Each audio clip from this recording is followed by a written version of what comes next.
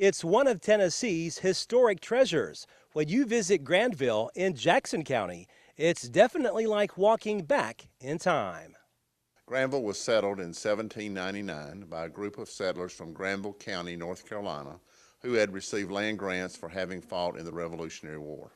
The settlers came because of the Cumberland River, which we are located on, and the rich, fertile land that we had with the large river bottoms. The largest land grant received was 1,600 acres, received by Colonel Smith. He established a plantation with some 60 slaves. The normal land grants was 150 to 300 acres. Granville became a booming town because we were located on the Cumberland River. We had 3 riverboat landings and warehouses, and we served all of the area east of here. We were the closest place for Coolville, Crossville, those areas by river. In its heyday, we had 5 doctors, we had 5 mercantiles, we were a very self-sustaining community with 3 private schools, and so it became a thriving town of about 1,000 people at that time. And so where are we standing today? We are in the Granville Museum that began in 1999. It was formerly the Granville Church of Christ building that had closed. We have just added on to it an exhibition center to the back of it. So it is a history museum that tells the history of Granville as well as our nation as a whole.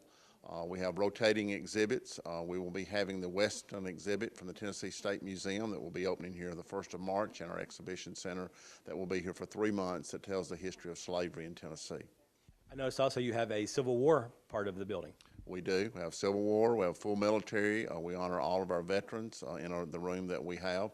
We have a business section. We have a family section. We have a school section, an old-timey schoolroom. We have an ag exhibition center that is to the side of the building as well. So we rotate the exhibits. We do an annual theme. Our theme for 2017 will be the 1940s, a decade of change. And so our entire town will be decorated with the 40s, and we'll be rotating those exhibits each quarter. Also, you have a Christmas tree exhibit here as well during the holiday season. Talk about the one there behind you and why it's so special. We do the Festival of Trees that opens the 1st of November and goes through the end of December. The trees are different each year. We have some 20 trees that tells different parts of history. The tree I'm standing in front of is a large white tree that is here in the center of the museum, and it is focused on redbirds. You will see a bear tree, you will see a 1930s tree, you'll see a Santa Claus tree. We change them each year, and we've been doing this. This is our 7th year to do the Festival of Trees.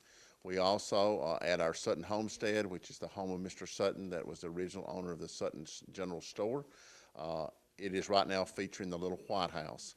Each room of the house is decorated like a room in the White House. And we do a different theme with it each year for Christmas as well. How much work is involved in getting all this put together before the season actually starts, the Christmas season? What has made Granville unique is that we have 188 volunteers that give of their time to operate the Sutton General Store, the Granville Museum, and the Sutton Homestead. And so we have different committees that have different responsibilities, but it takes a lot of work for our Christmas season and all of our exhibits that we do throughout the year. What kind of feedback do you get from people who come and visit each year? We have about 35,000 visitors a year.